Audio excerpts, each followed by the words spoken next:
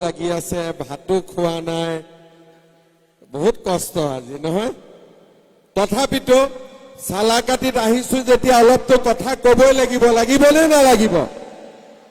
তেতিয়াহ'লে মোৰ লগত কব, ভাৰত মাতা কি, ভাৰত মাতা কি, নৰেন্দ্ৰ মোদী, নৰেন্দ্ৰ মোদী।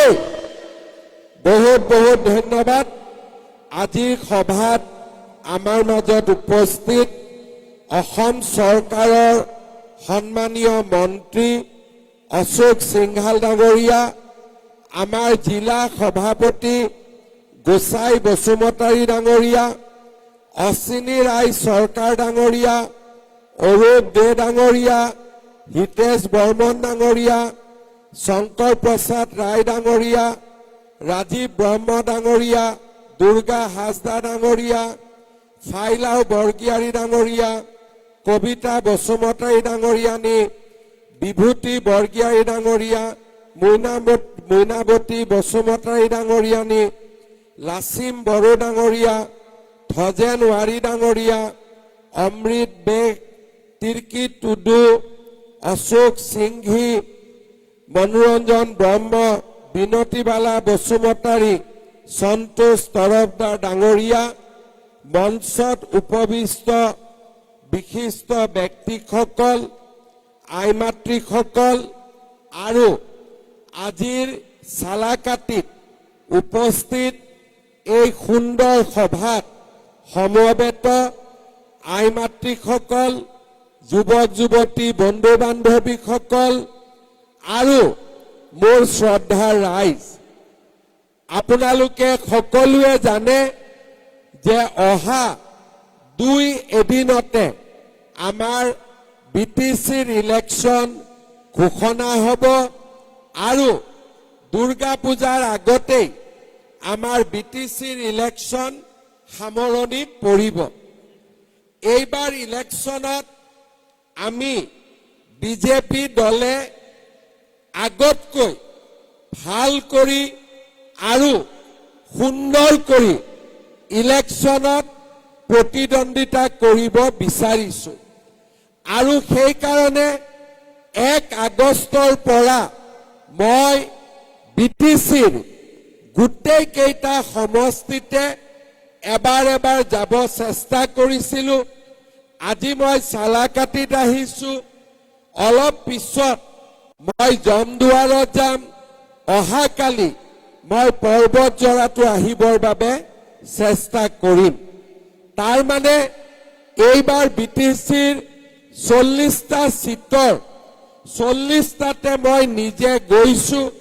ওদালগুৰি, বাক্সা, তামুলপুৰ, চিৰাং, কোকৰাঝাৰ আৰু ৰাইজক সুধিছো যে বিজেপি দলে ইলেকশ্যন খেলিব লাগে না নালাগে। সকলো স্থানতে ৰাইজে কৈছে যে এইবাৰ বিজেপিয়ে ইলেকশ্যন খেলিব লাগে আৰু বিজেপিয়ে চৰকাৰ বনাব লাগে। মই চালাকাটিৰ ৰাইজকো সুধিম, চালাকাটিত বিজেপিয়ে ইলেকশ্যন খেলিব লাগিব নে নালাগে?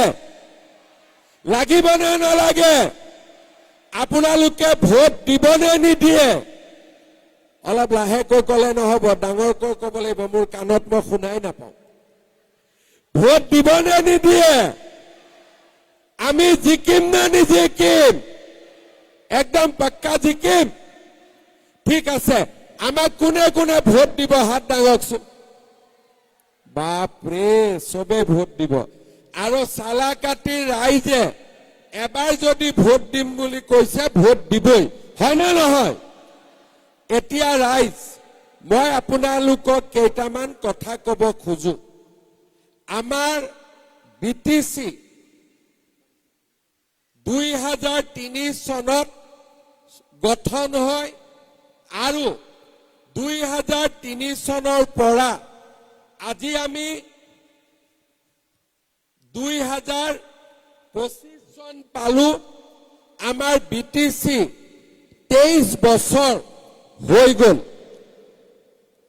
যিবিলাক বাচ্চা BTC হোৱাৰ সময়ত মাকৰ কোলাত আছিলে এতিয়া সেই বাচ্চাৰ বিয়া হোৱাৰ সময় হ'ল তাৰ মানে বিটিসি এবছৰ দুবছৰ 3 বছৰ নহয় বিটিসি 25 বছৰ হ'ল ইয়াৰে 17-18 বছৰ বিপিএফৰ চৰকাৰ হ'ল আৰু যোৱা 5 বছৰ ইউপিপিএলৰ চৰকাৰ হ'ল আমি কাকো সমালোচনা নকৰো কিন্তু এটা কথা আমি ক'ব লাগিব যে আমাৰ বিটিসিত ৰাইজৰ মনৰ পৰা যি দুখ আছিলে কষ্ট আছিলে আজিও এতিয়াও শেষ হোৱা নাই আমাৰ বিটিসিত বহুত মানুহে মাটিৰ অধিকাৰ পোৱা নাই বহুত মানুহে অৰুণোদয় পোৱা নাই বহুতো মানুহে প্ৰধানমন্ত্ৰীৰ ঘৰ পোৱা নাই বহুত হস্পিটালত ডক্টৰ নাই বহুত জায়গাত ৰাস্তা নাই বহুত নদীৰ ওপৰত দলং নাই আজি ৰাইজে মই যেতিয়া বিটিসিলৈ আহো ৰাইজে মোক মেমোৰাণ্ডাম দিয়ে স্মাৰক পত্ৰ দিয়ে ৰাইজে আমাক কয় যে স্যাৰ মামা এই কামখিনি আমাক কৰি দিব লাগে কিন্তু এই বিটিসিত যেতিয়ালৈকে আমাৰ বিজেপিৰ চৰকাৰ নহব আমি আপোনালোকক সহায় কৰিব খুজিলেও আমি সহায় কৰিব নোৱাৰো প্ৰত্যেক বছৰে আমি বিটিসিক হাজাৰ হাজাৰ কোটি টকা দিও কিন্তু এই টকা কেনেকে ব্যৱহাৰ কৰিব লাগিব তাক আমি নকওঁ কাৰণ বিটিসিত কেনেকে টকা ব্যৱহাৰ কৰিব লাগিব বা কেনেকে ব্যৱহাৰ কৰিব নালাগিব তাক আমি দিশপুৰৰ পৰা ক'ব নোৱাৰো কিন্তু প্ৰত্যেকবাৰেই মই যেতিয়া ৰাইজৰ মাজত আহো ৰাইজে মোক সমস্যাৰ এখন ডাঙৰ লিষ্ট দি দিয়ে তাৰ মানে বিটিসিত আজিও ৰাইজে বিচৰা মতে কাম হোৱা নাই যোৱাকালি মই মাৰ্ঘেৰিটাত গৈছিলো 20,000 মহিলা সকলো মোৰ মিটিঙত আহিছিলে 10,000 টকাৰ চেক ল'বৰ কাৰণে তাৰ আগদিনাখন মই জাগিৰোডত আহিছিলো 40,000 মহিলা মোৰ পৰা চেক ল'বৰ কাৰণে 10,000 টকাৰ লাখপতি বাইদেউৰ চেক ল'বৰ কাৰণে তেওঁলোক আহিছিলে তাৰ আগদিনাখন মই নলবাৰীত আছিলো নলবাৰীতো 40,000 মহিলা তেওঁলোকে মোৰ মিটিঙত আহিছিলে আৰু আমি 10,000 টকাকৈ চেক বিতৰণ কৰিছিলো আমাৰ 17 ছেপ্টেম্বৰ তাৰিখে অসমৰ 40 লাখ মহিলাই অৰুণোদয় আঁচনি লাভ কৰিব আজি আমাৰ মহিলা উদ্যমিতা অৰুণোদয় প্ৰধানমন্ত্ৰীৰ ঘৰ এই আঁচনিবিলাক প্ৰত্যেক বছৰে আমি আগবঢ়াও কিন্তু বিটিসিত সকলোৱে এই আঁচনি নাপায় এতিয়া যদি মই ইয়াতে খুধো অৰুণোদয় কোনে কোনে পাইছে হাত ডাঙক কোনে কোনে অৰুণোদয় পাইছে হাত ডাঙক হাত ডাঙিলে কাটা নাযায় অৰুণোদয় হাত ডাঙক ভয় কৰিব নালাগে হাত ডাঙক কিমানে পাইছে ইয়াত থকা 30% পাইছে লাখপতি বাইদেউৰ লিষ্টত কাৰ কাৰ নাম আছে হাত ডাঙক 10,000 টকাত কাৰ কাৰ নাম আছে অকণমান মহিলাৰ নাম আছে কিন্তু বিটিসিৰ যদি মই বাহিৰত যাওঁ লাখপতি বাইদেউত কাৰ কাৰ নাম আছে সকলোৱে হাত উঠায় অৰুণোদয়ত কাৰ কাৰ নাম আছে সকলোৱে হাত উঠায় এতিয়া মই আকৌ সুধিছো প্ৰধানমন্ত্ৰীৰ ঘৰ কোনে কোনে পাইছে হাত উঠাওক অকণমান মানুহে পাইছে, বহুত মানুহে পোৱা নাই। এতিয়া তাৰ মানে চৰকাৰে বিটিচিক নিদিয়ে নেকি? চৰকাৰে নলবাৰীত যিমান দিয়ে বিটিচিটো সিমান দিয়ে, জালুকবাৰীত যিমান দিয়ে চৰকাৰে বিটিচিকো সমান দিয়ে, চৰকাৰে ডিব্ৰুগড়ত যিমান দিয়ে চৰকাৰে বিটিচিকো সমান দিয়ে। কিন্তু বিটিচিৰ মানুহে এই আঁচনিবিলাক নাপায়। মোৰ মন বেয়া লাগে, কাৰণ বিটিচিতে আটাইতকৈ বেছি দুখীয়া মহিলা আছে, দুখীয়া লোক আছে, যুৱক যুৱতী আছে। কিয় নাপায়? লাহে লাহে মই বুজিলো যে বিটিচিত কিবা যদি আঁচনি পাব লাগে, প্ৰথমতে ভিচিডিচিৰ মূৰত তেল মাৰিব লাগে। হয়নে নহয়? হয়নে নহয়? তাৰ মানে বিটিচিত প্ৰধানমন্ত্ৰীৰো অধিকাৰ নাই, মুখ্যমন্ত্ৰীৰো নাই, বিটিচিৰ চিফো নাই। ইয়াতে আঁচনি পাবৰ কাৰণে ভিচিডিচিৰ মূৰত তেল ঢালিব লাগে। এতিয়া কোনো পাৰ্টীয়ে ভিচিডিচিৰ কথা ক'ব নোৱাৰে, কাৰণ তেওঁলোকে ভিচিডিচিক ভয় কৰে। কিন্তু বিজেপিয়ে ভিচিডিচিক ভয় নকৰে, আৰু সেইকাৰণে আমি এনেকুৱা ব্যৱস্থা কৰিব লাগিব যাতে অৰুণোদয় লাখপতি বাইদেউ চৰকাৰী চাকৰি বিটিচিৰ ৰাইজে ডাইৰেক্টলি পাব পাৰে, ভিচিডিচিৰ মূৰত তেল ঢালিব নালাগে। ঠিক কৈছো নে নাই? মই আজি অৰুণোদয় পাবৰ কাৰণে ভিচিডিচিক ফৰ্মখনৰ কাৰণে 200-300 টকা দিব লাগে। ঘৰ বনাবৰ কাৰণে, প্ৰধানমন্ত্ৰীৰ ঘৰ বনাবৰ বাবে ভিচিডিচিক টকা দিব লাগে, নহলে ঘৰ নাপায়। আৰু আমাৰ দুখীয়া মানুহ সদায় দুখীয়া হৈ থাকে। সেইকাৰণে এবাৰ যদি কোকৰাঝাৰত বিজেপিৰ চৰকাৰ আহে, এই ভিচিডিচিৰ দালালি সদায় কাৰণে বন্ধ কৰি দিয়া হ'ব। সদায় কাৰণে বন্ধ কৰি দিয়া হ'ব। কাৰণ ভিচিডিচি আমাৰ মালিক নহয়। আজি প্ৰধানমন্ত্ৰীয়ে টকা দিছে, ঘৰ বনাব, গৰীব মানুহে পাব লাগিব। আজি অৰুণোদয় টকা মই দিছো, গৰীব মানুহে পাব লাগিব। ইয়াত ভিচিডিচিৰ দালালি নচলিব। শ্ৰদ্ধা ৰাইজ, আজি বিটিচিৰ দুখীয়া মানুহখিনি চৰকাৰী আঁচনিৰ পৰা বঞ্চিত হৈ আছে।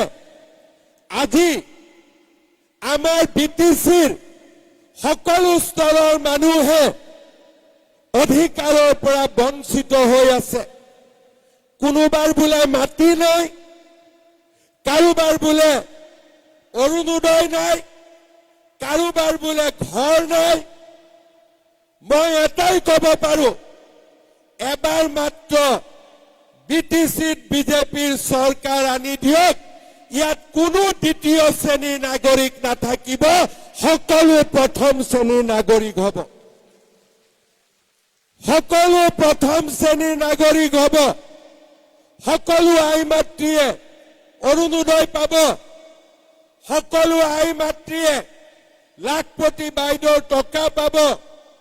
আৰু আমাৰ 26টা জনগোষ্ঠীৰ ৰাইজে মাটিৰ অধিকাৰ পাব।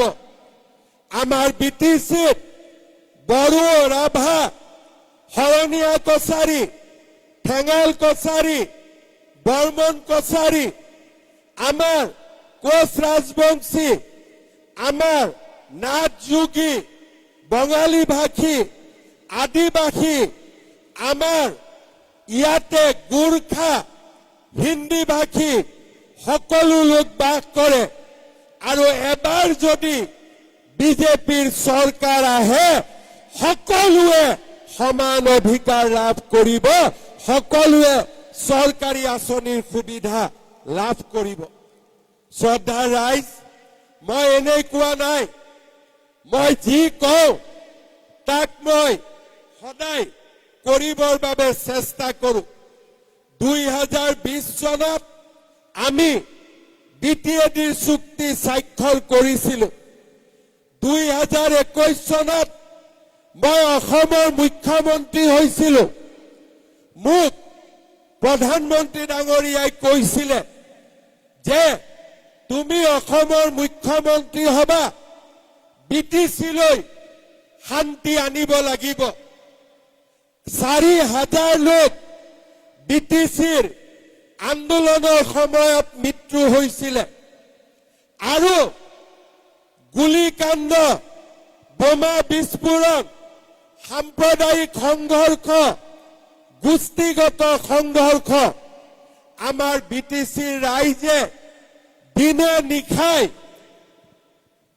কষ্টত নিজৰ জীৱন অতিবাহিত কৰিছিলে। কোনো ৰাইজে শান্তিত শুব পৰা নাছিলে।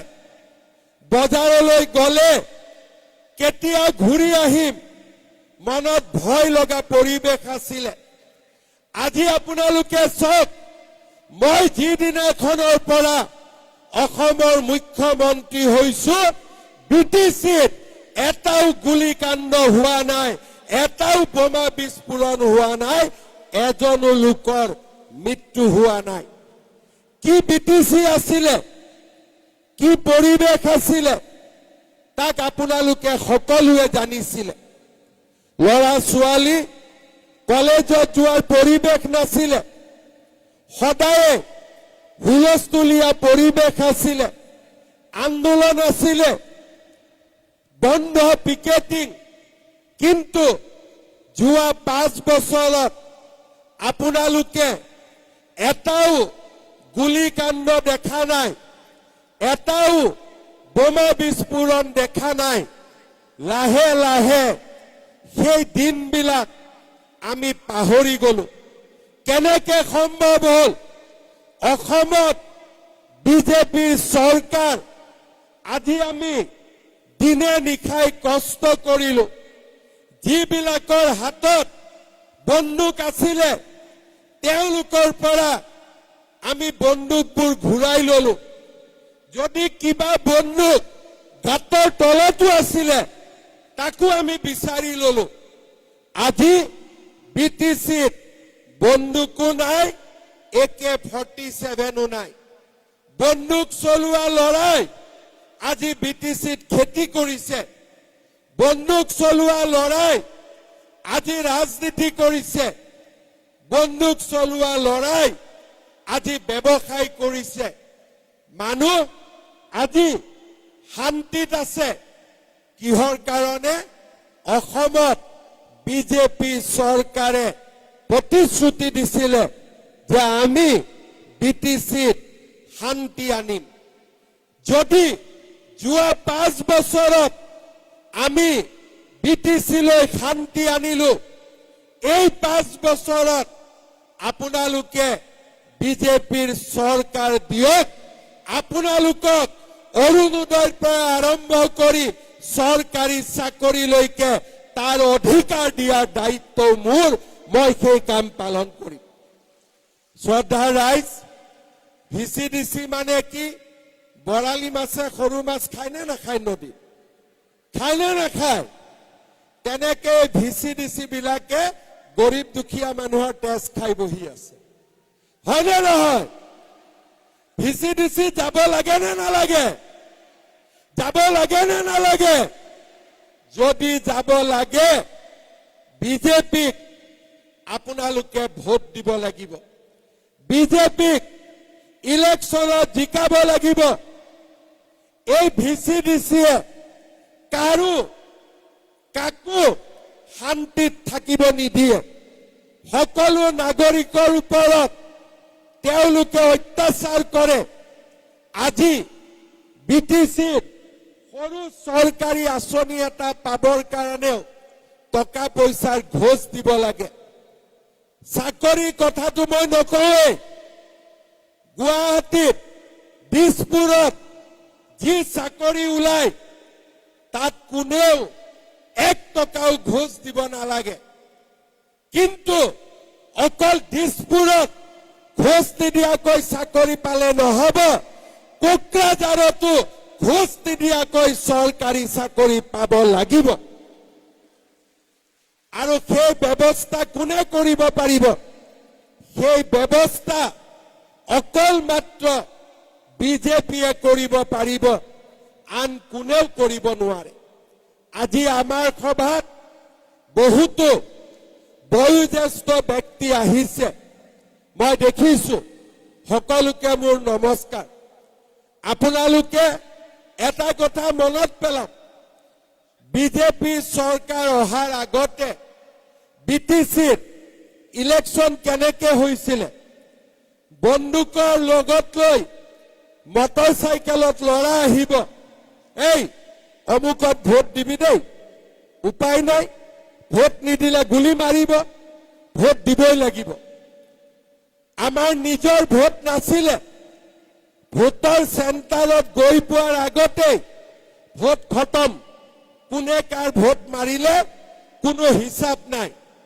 কিন্তু আজি বিজেপিৰ চৰকাৰ, বিটিচিত কোনেও আজি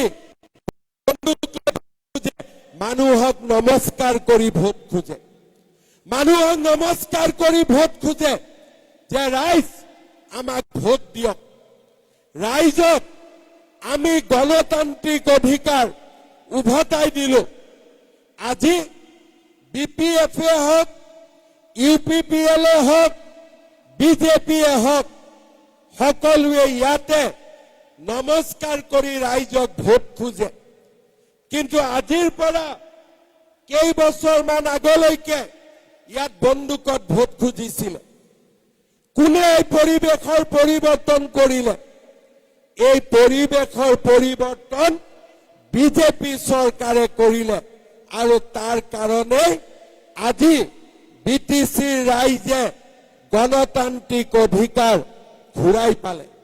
শ্ৰদ্ধাৰ ৰাইজ, শান্তি আহিলে, গণতান্ত্ৰিক অধিকাৰ ঘূৰি আহিলে।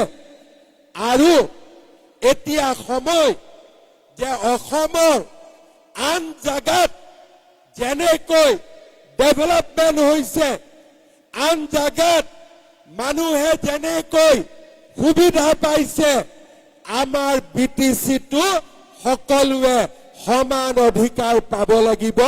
ভিচিডিচিৰ দালালি ইয়াত নচলিব। ঠিক কথা কৈছো নে নাই? ভিচিডিচি বিলাকে টকা খায় নে নাখায়? কিমান খায়? কিমান খায়? এটা ঘৰ দিলে কিমান লয়? কিমান লাগে? 10,000। 5 নে 10? 10। এটা অৰুণোদয় 200 নে 500 নে 1,000? 1,000। বাপৰে, ইমান লৈ লয়। সঁচাই লয় নে এনে কৈ আছে? এনে কৈছে নেকি? এইফালে কওক লয় নে নলয়? এই পিছৰ পৰা কওক লয় নে নলয়? লয়। এইফালে কওক লয় নে নলয়? এইফালে কওক লয় নে নলয়? এইবিলাক বন্ধ হ'ব লাগে নে নালাগে? বন্ধ হ'ব লাগে নে নালাগে? লাগে। কোনে বন্ধ কৰিব পাৰিব? কোনে বন্ধ কৰিব পাৰিব? মামাই বন্ধ কৰিব পাৰিব নে নোৱাৰে? মামাই বন্ধ কৰিব পাৰিব নে নোৱাৰে? মামাৰ ওপৰত বিশ্বাস আছে নে নাই? আছে। তেতিয়াহ'লে একবাৰ আপোনালোকে বিজেপিক ভোট দিয়ক। একবাৰ। আজি অসমত অৰুণোদয় পাইছে। অহা জানুৱাৰী মাহৰ পৰা যোনে যোনে অৰুণোদয় পাব, তেওঁলোকে গেছৰ চিলিণ্ডাৰৰ কাৰণেও আৰু 250 টকা পাব। তাৰ মানে 1250 আছিলে, এতিয়া 1500 হ'ব। কিন্তু বেলেগে পালেতো লাভ নাই, চালা কাটি ৰাইজে পালেহে লাভ আছে, হয় নে নহয়? যদি চবতে পায়, চালা কাটিয়ে নাপায়, মনটো ভাল লাগিব নেকি? লাগিব নেকি? এতিয়া গোটেই অসমতে জিঅ' টেগিং হৈ আছে। যোনে যোনে ঘৰ নাপালে এইবাৰ সকলোৱে ঘৰ পাব। কিন্তু বেলেগে ঘৰ পালে লাভ হ'ব জানো যদি চালা কাটি মানুহে নাপায়? চালা কাটিয়ে পাব লাগিব নে নালাগে? লাগিব। ৰেচন কাৰ্ডত ইমান দিনে আমি অকল চাউল দিছিলো, 1 নৱেম্বৰৰ পৰা চাউলৰ লগতে কম দামত ৰাইজে চেনিও পাব, দালিও পাব, নিমখো পাব। কাৰ কাৰ ৰেচন কাৰ্ড আছে হাত দাঙক। বঢ়িয়া। চাউলৰ লগত দালি, নিমখ আৰু চেনি পালে ভাল লাগিব নে নালাগিব? লাগিব নে নালাগিব? কোনে দিব পাৰিব? কোনে দিব পাৰিব? বেলেগ পাৰ্টিয়ে দিব পাৰিব নেকি? বেলেগ পাৰ্টিয়ে অৰুণোদয় দিব পাৰিব? বেলেগ পাৰ্টিয়ে লাখপতি বাইদেউ দিব পাৰিব? সঁচাই কৈছে নে এনে কৈছে? সঁচাই কৈছে? বেলেগ পাৰ্টিয়ে ভিচি ভাঙিব পাৰিব? কোনে পাৰিব? ভোট কাক দিব লাগিব? মামাক ভোট দিব লাগিব নে নালাগিব? লাগিব। সঁচাই কৈছেতো? আমি এটাই কথা কৈছো, BPFও আমাৰ শত্ৰু নহয়, UPPLও আমাৰ শত্ৰু নহয়, কিন্তু ভোট আমি পদুম ফুলত দিম। হ'ব নে নাই? এটা ডাঙৰ হাত চাপৰিব যাওক, পদুম ফুলত ভোট দিম। বঢ়িয়া। কাগজ চালাকাটিত মই বহুদিনৰ মূৰত আহিছো, লোকসভা ইলেকশ্যনৰ সময়ত আহিছিলো, আৰু চালাকাটিৰ ৰাইজে এইবাৰ মোক কেইটামান দাবী দিছে। এটা ৰাইজে কৈছে যে NTPCৰ চালাকাটিত 3rd গ্ৰেড আৰু 4th গ্ৰেডৰ চাকৰি লোকেল লৰাই পাব লাগে। ঠিক কৈছে নে নাই? 3rd গ্ৰেডটো মই নাজানো, কিন্তু 4th গ্ৰেডটো কৰি দিম। হ'ব? হ'ব? কাৰণ মই মিছা কথা ক'ব বেয়া পাওঁ। 3rd গ্ৰেডটো মই নোৱাৰো, কিন্তু 4th গ্ৰেডটো হৈ যাব। হ'ব? ৰাইজে কৈছে যে চামাৰপাৰা পল্টন বজাৰৰ পৰা নাচুনকুটি হৰি মন্দিৰ থলমাৰা VCDCৰ ৰাস্তাটো ধুনীয়াকৈ বনাই দিব লাগে। লাগে নে নালাগে? কাক কাক লাগে হাত দাঙকচোন। বঢ়িয়া। ৰাইজে কৈছে চম্পা নদীৰ ওপৰত কালী পুখুৰীৰ পৰা বাসু গাঁৱলৈকে দলং এখন বনাই দিব লাগে। কাক কাক লাগে? কাক কাক লাগে? চবকে লাগে। ৰাইজে কৈছে যে আমাৰ চালাকাটিত এখন ডিগ্ৰী কলেজ বনাই দিব লাগে। লাগে নে নালাগে?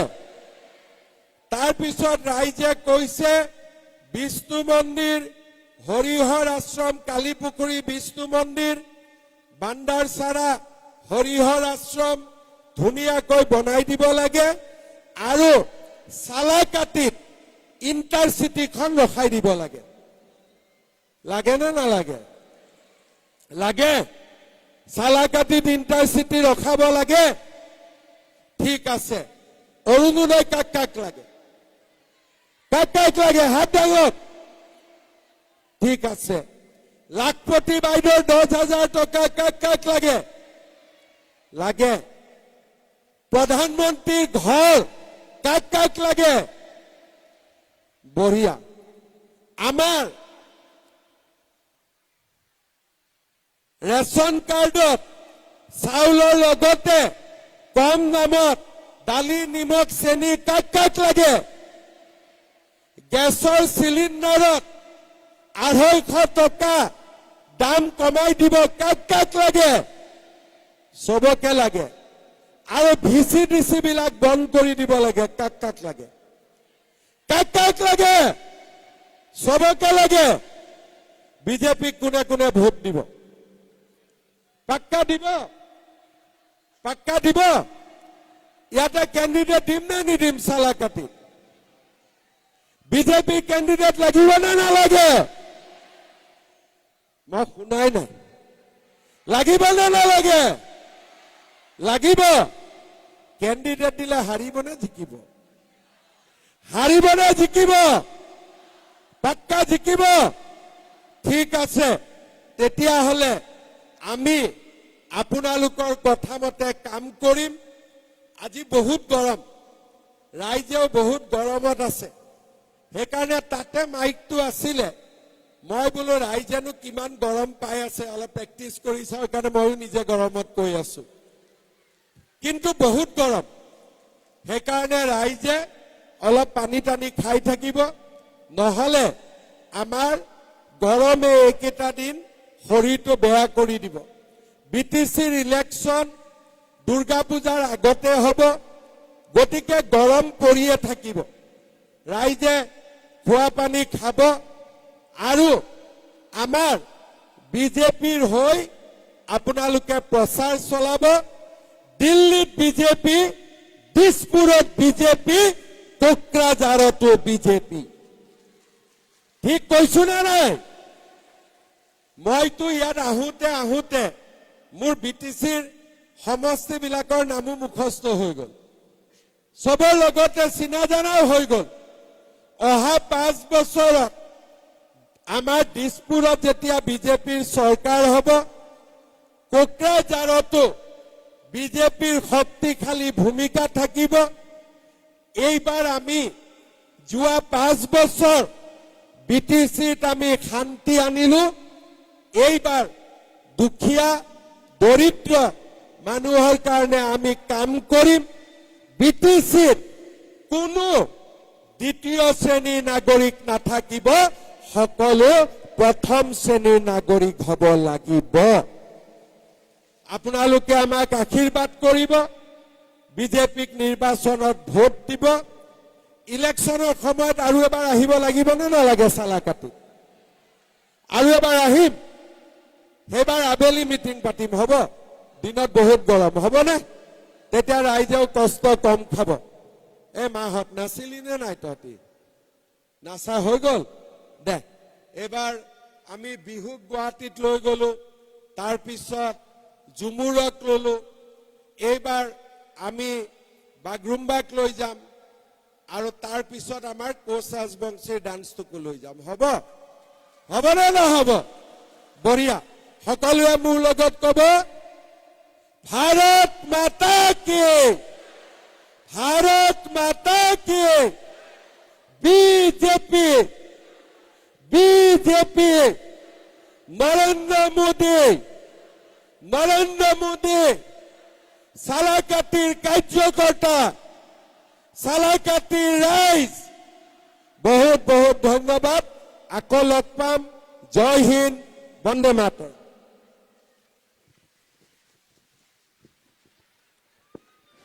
মাননীয় মুখ্যমন্ত্ৰী ডাঙৰীয়ালৈ বহুত বহুত ধন্যবাদ জনাইছো আমাৰ মাজত আহি যি সময় দিয়াৰ কাৰণে পুনৰাই ধন্যবাদ জনাইছো আৰু এতিয়া মই আমাৰ কোকৰাঝাৰ জিলাৰ সমূহ বিষয়ববীয়া লগতে আমাৰ